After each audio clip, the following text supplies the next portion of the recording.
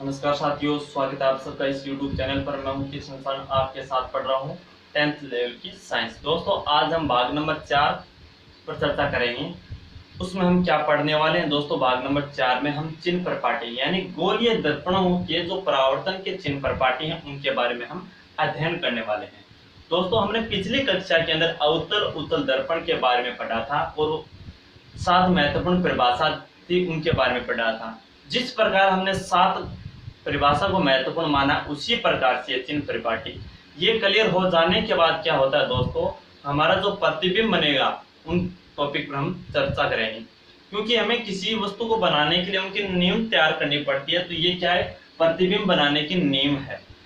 इसके बगैर हम उनकी स्थिति का पता नहीं लगा पाएंगे। स्थिति किसका, यानी प्रतिबिंब और बिंब की स्थिति है, उनका पता नहीं लगा पाएंगे। तो इसके बारे में जानने के लिए मैं क्या करता हूँ, सबसे पहले एक डायग्राम बनाता हूँ। वो डायग्राम मैं उत्तल दर्पण का अवतल दर्पण का बनाता हूँ। चाहे उत्तल दर्पण हो चाहे अवतल दर्पण हो, मैंने बनाया है अवतल दर्पण का डायग्राम। अवतल दर्पण में क्या होता है दोस्तों, हमने क्या पढ़ा था? ध्रुव पढ़ा था, मुख्य एक्स, फोकस बिंदु और द्वार के त्रिज्या, वक्र के अंदर, यानी हमने 7 पॉइंट पढ़े थे। पहला पॉइंट मैं यहाँ लेकर आ रहा हूँ चिन्ह प्रपाटी के अंदर। क्या है दोस्तों, सुनना। पहला पॉइंट है कि जब हम जो वस्तु रखते हैं, प्रतिबिंब बनाने के लिए जो वस्तु रखते हैं, वो वस्तु हमेशा दर्पण के बाईं ओर रखी जाती है। कहाँ रखी जाती है? दर्पण के बाईं ओर। अर्थात कहने का तात्पर्य क्या है कि जो प्रकाश, जो आपतित किरण है दोस्तों, जो परावर्तक पृष्ठ पर घेरी जाती है, वो बाईं ओर से घेरी जाती है। क्या किया जाता है? परावर्तक पृष्ठ है वो बाईं ओर से घेरी जाती है। परावर्तक पृष्ठ पर जो आपतित किरण है वो बाईं ओर से डाली जाती है। पहला नियम क्या है कि वस्तु को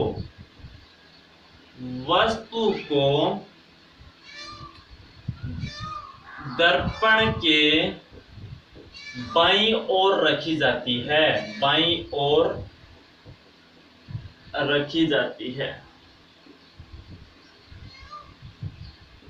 वस्तु को दर्पण के बाईं ओर रखी जाती है। अर्थात यानी तथा भी लिख सकते हैं, तथा आपतित किरण हमेशा दर्पण पर बाईं ओर से डाली जाती है। नियम 1, पहली बात हमारी क्लियर हो गई कि वस्तु को हम क्या करेंगे, हमेशा दर्पण के बाईं ओर रखेंगे। अब बात नंबर 2 क्या है दोस्तों? बात नंबर 2 ये है कि जो हम दूरी मापने वाले हैं, दर्पण की से जो प्रतिबिंब की दूरी और बिंब की दूरी मापने वाले हैं, वो ध्रुव से मापी जाती है। कहने का तात्पर्य सभी दूरियां ध्रुव से मापी जाती हैं। ध्रुव से मापी जाती है। नंबर 3 क्या है दोस्तों कि आपतित किरण की दिशा में मापी गई दूरी धनात्मक होती है। यानी आपतित किरण की दिशा क्या है? दाईं ओर है। क्या है? दाईं ओर। तो वो क्या होगी? धनात्मक होगी। सभी दूरियां धनात्मक होंगी। यानी आपतित किरण की दिशा में, आपतित किरण की दिशा में मापी गई सभी दूरी धनात्मक होगी,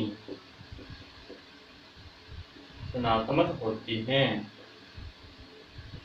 यानी आपतित किरण की दिशा में मापी गई, सभी नाम लिखने की जरूरत नहीं है, मापी गई दूरी धनात्मक होती हैं। यानी ये क्या, आपतित किरण की दाईं ओर दिशा जो है, यानी दाईं ओर दिशा की ओर जो वस्तु की दूरी है वो क्या होगी? धनात्मक होगी। आपतित किरण की दिशा में मापी गई दूरी, ये नाम यहाँ लिख सकते हैं, दाईं ओर नाम भी लिख सकते हैं, दाईं ओर। ठीक है। नंबर 4 बात करते हैं दोस्तों, आपतित किरण के विपरीत दिशा में मापी गई दूरी ऋणात्मक होते हैं। ये आपतित किरण है, इसकी विपरीत दिशा में माप रहे हैं, तो ये बात भी हमें याद रखनी है कि आपतित किरण के विपरीत दिशा का मतलब क्या है? बाईं ओर, यानी आपतित किरण की विपरीत दिशा में मापी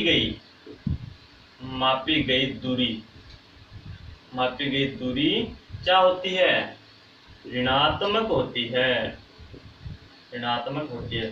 दोस्तों ये क्लास बहुत इंपॉर्टेंट है, ज्यादा से ज्यादा शेयर करना, क्योंकि हम जो प्रतिबिंब निर्माण करेंगे उनमें क्या इनका महत्वपूर्ण भूमिका रहेगी। नंबर 5 की बात करते हैं दोस्तों। अब बात करते हैं इस मुख्य एक्स के ऊपर और नीचे की बात कर लेते हैं कि मुख्य एक्स है, इसके ऊपर की दूरी धनात्मक होंगी और जो नीचे की दूरी है वो क्या होगी? ऋणात्मक। यानी मुख्य एक्स के ऊपर है वो क्या होगी? धनात्मक होगी दूरी, और मुख्य एक्स के नीचे क्या होगी? ऋणात्मक होती है। यानी मुख्य एक्स के ऊपर दूरी धनात्मक होती है, ऊपर धनात्मक, मुख्य एक्स के ऊपर दूरी धनात्मक व नीचे ऋणात्मक होती है।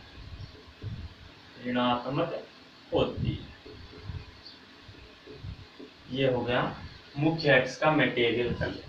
अब दोस्तों हम बात करते हैं उत्तल और अवतल दर्पण में क्या क्या होता है।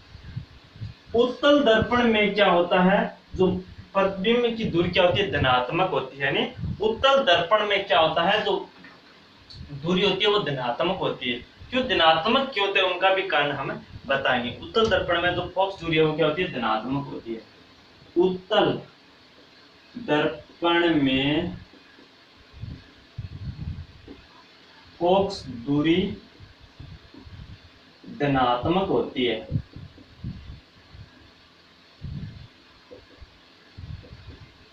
दोस्तों ये धनात्मक क्यों होती है? हम ये पढ़ेंगे कि उत्तल दर्पण में जो प्रतिबिंब बनता है वो आभासी प्रतिबिंब बनता है। आभासी प्रतिबिंब का मतलब क्या है? कि दर्पण के पीछे बनना। अब दोस्तों उत्तल दर्पण में क्या होता है?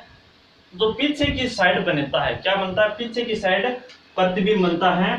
तो दर्पण पीछे साइड बनेगा तो क्या होगा? उस आपतित किरण है ना, आपतित किरण की दिशा की है उसकी साइड बनता है, तो उसकी दिशा की साइड क्या होता है? हमने क्या जाना है? दूरी धनात्मक होती है। यानी अब इस दर्पण के पीछे की साइड ये प्रतिबिंब बने, सपोज करो इसमें बनता नहीं है, लेकिन उत्तल दर्पण की बात करते हैं। यानी उत्तल दर्पण के अंदर, ये उत्तल दर्पण है, इसके जो पीछे की साइड जो प्रतिबिंब बनता है, पीछे की साइड आपतित किरण की दिशा क्या है? ये दाईं ओर है, तो यहाँ पर जो दूरी है वो क्या है? धनात्मक है।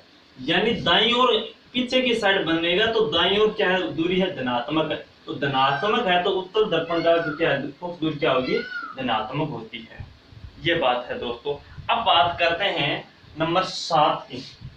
7 नंबर ये है दोस्तों, अवतल दर्पण से बिंब की दूरी हमेशा क्या होती है? ऋणात्मक होती है। यानी ये दर्पण है, ये बिंब है। क्या है? बिंब है। दर्पण से बिंब की दूरी हमेशा क्या होती है? ऋणात्मक होती है। मैं यहां लिख रहा हूं, नंबर 7 है, दर्पण से बिंब की दूरी, दर्पण से बिंब के बीच की दूरी धनात्मक होती है। क्या होती है? धनात्मक होती है, सॉरी ऋणात्मक होती है। ऋणात्मक होती है। अब देखो दोस्तों कैसे होती है ऋणात्मक।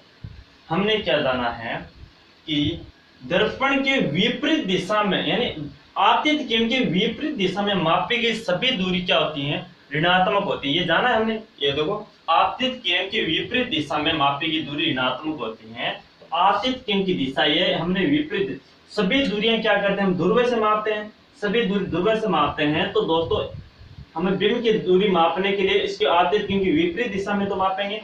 विपरीत दिशा में क्या होता है? दूरी होती है ऋणात्मक। तो बिंब को हमेशा क्या करते हैं? दर्पण के बाईं ओर रखते हैं तो बाईं ओर रखते हैं तो बिंब की दूरी हमेशा क्या होगी, दर्पण से ऋणात्मक होगी। ये दोस्तों नियम नंबर 7 था। अब इसके क्या बात क्या है कि प्रतिबिंब की दूरी की बात करते हैं। ये तो हमने बिंब की दूरी की बात की है, प्रतिबिंब की दूरी की बात करते हैं। तो दोस्तों प्रतिबिंब की दूरी की बात करते हैं तो क्या होता है, प्रतिबिंब हम अवतल दर्पण के प्रतिबिंब की बात करते हैं। अवतल दर्पण के प्रतिबिंब अवतल दर्पण के प्रतिबिंब है वो क्या होता है, ऋणात्मक होती है। प्रतिबिंब व दर्पण के बीच दूरी ऋणात्मक होती है, दूरी ऋणात्मक होती है। अब दोस्तों हम जाने कि ऋणात्मक क्यों होती है। और उत्तल दर्पण में धनात्मक होगी, उत्तल दर्पण में धनात्मक होती है।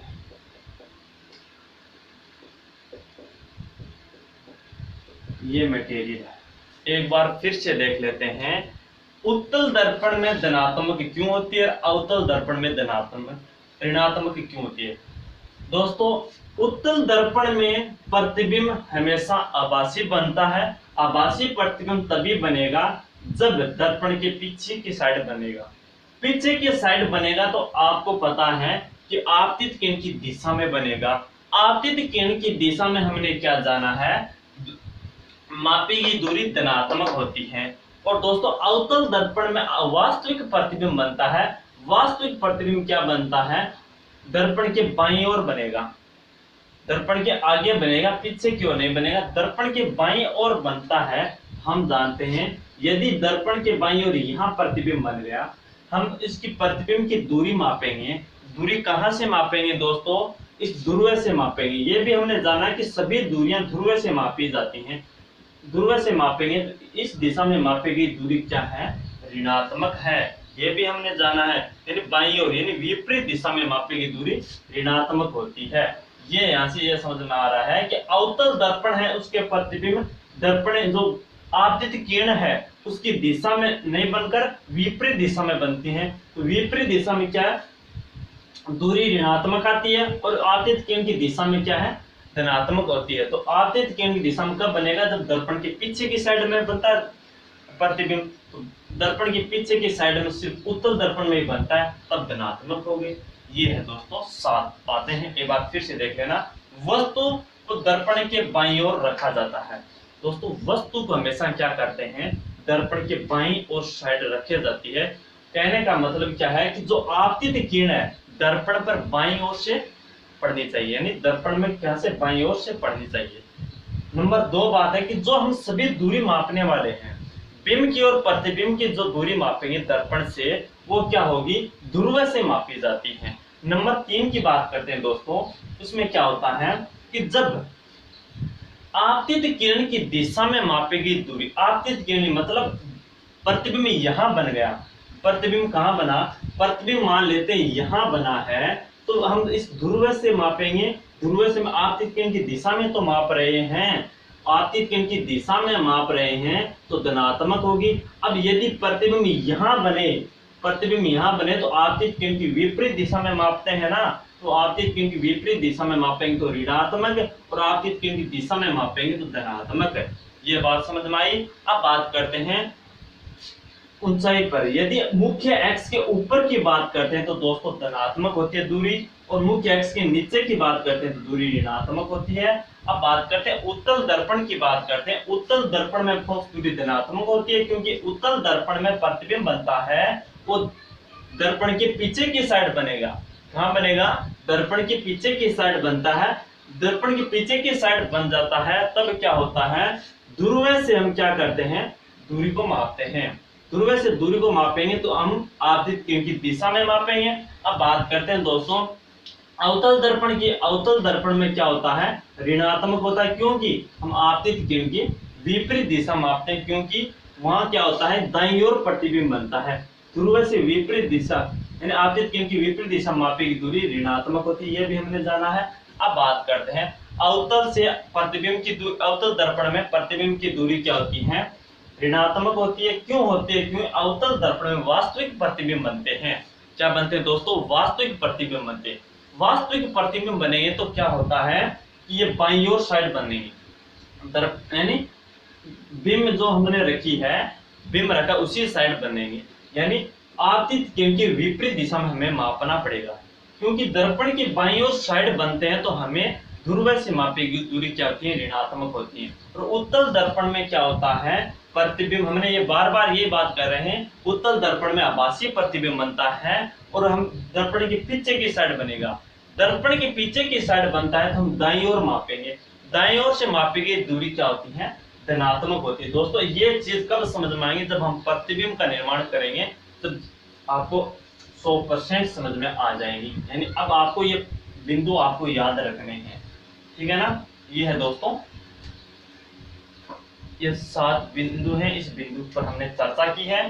क्लास को ज्यादा से ज्यादा शेयर करा करो ताकि सभी विद्यार्थियों के पास ये क्लास पहुंच जाए।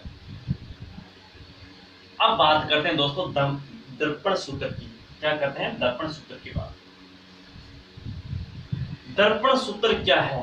प्रश्न आता है 1 नंबर का दर्पण सूत्र पर, यानी न्यूमेरिकल पूछा जाता है, तो हम उस दर्पण सूत्र से क्या करेंगे? क्लियर कर लेंगे। दर्पण सूत्र, दर्पण सूत्र दोस्तों, दर्पण सूत्र होता है 1/f बराबर 1/v प्लस माइनस और माइनस 1/u। हमने यही जाना है, क्या जाना है कि अवतल सभी, यानी u का मान हमेशा क्या होता है? नेगेटिव होता है। क्योंकि जो अवतल दर्पण में, हमने उत्तल दर्पण में क्या जाना है कि बिंब की दूरी हमेशा क्या होती है? दर्पण से बिंब की दूरी ऋणात्मक होती है। तो इसका सूत्र ये बन जाता है 1/v प्लस u। ये क्या है? दर्पण सूत्र है। मैं यहां लिख रहा हूं v। v है प्रतिबिंब की दूरी, प्रतिबिंब की दूरी, और u है बिंब की दूरी, बिंब की दूरी। ये अब बात करते हैं, एक आवर्धन क्षमता नाम का टॉपिक है, उनकी आवर्धन क्षमता।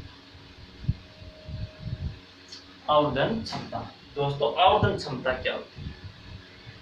वस्तु से प्रतिबिंब की ऊंचाई, वस्तु से प्रतिबिंब की ऊंचाई, मैं यहां लिख रहा हूं वस्तु से प्रतिबिंब की ऊंचाई, की ऊंचाई बट्टा वस्तु, दर्पण से, दर्पण से, और दर्पण से बिंब की ऊंचाई, दर्पण से बिंब की ऊंचाई, बिंब की ऊंचाई, दर्पण से प्रतिबिंब की ऊंचाई व दर्पण से बिंब की ऊंचाई के अनुपात को क्या कहेंगे?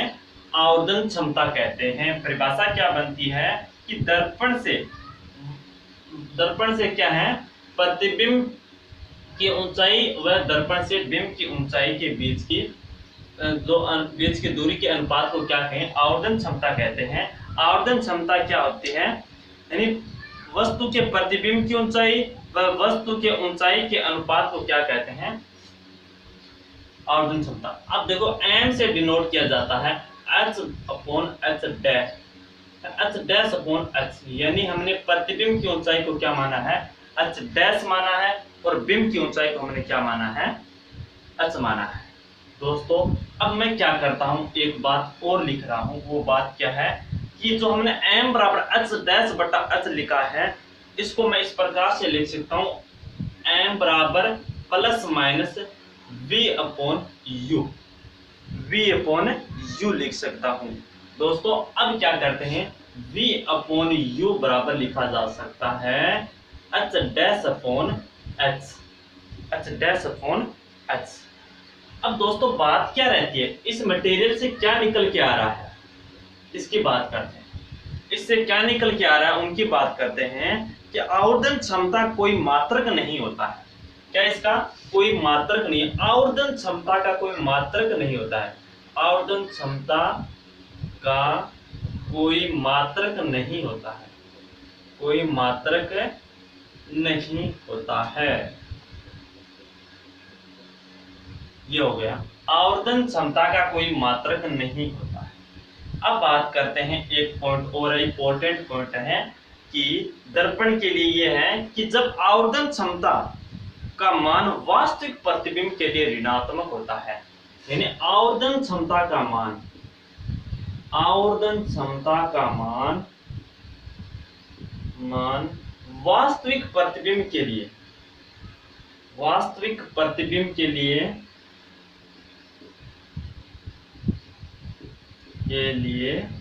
ऋणात्मक होता है, ऋणात्मक होता है, और आभासी प्रतिबिंब के लिए धनात्मक होता है। आभासी प्रतिबिंब के लिए धनात्मक होता है। एक बार फिर से जान लेते हैं क्या है मटेरियल।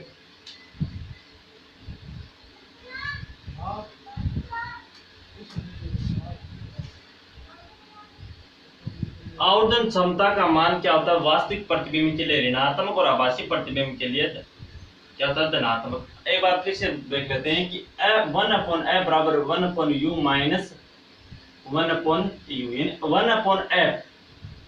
v क्या है, प्रतिबिंब से दूरी, और u क्या है, बिंब से दूरी। अब 1/f तो क्या लिख सकते हैं, माइनस माइनस प्लस हो गया तो 1/v प्लस 1/u, ये दर्पण का सूत्र है। आवर्धन क्षमता क्या होती है, वस्तु के प्रतिबिंब व बिंब के अनुपात को, वस्तु के प्रतिबिंब व बिंब के अनुपात को क्या कहेंगे, आवर्धन क्षमता कहते हैं। आवर्धन क्षमता का कोई मात्रक नहीं होता है, और आवर्धन क्षमता का मान वास्तविक प्रतिबिंब के लिए ऋणात्मक और आभासी प्रतिबिंब के लिए धनात्मक होता है। कहने का मतलब ये है कि अवतल दर्पण होगा उसमें आवर्धन क्षमता का मान ऋणात्मक होगा, क्योंकि उसमें आभासी प्रतिबिंब नहीं बनता है, उसमें वास्तविक प्रतिबिंब बनता है। दोस्तों आज की कक्षा में हम इतना ही पढ़ने वाले हैं, आगे की कक्षा में हम प्रतिबिंब के निर्माण को स्टार्ट कर देंगे। दोस्तों यह क्लास आपको अच्छी तरह से पढ़कर ये प्रतिबिंब के निर्माण आपको सीखने होंगे। यानी ध्रुव वाली जो परिभाषा, यानी प्रतिबिंब के बारे में जो हमने 7 परिभाषा पढ़ी वो भी इम्पोर्टेंट है, और आज की क्लास अति इम्पोर्टेंट है।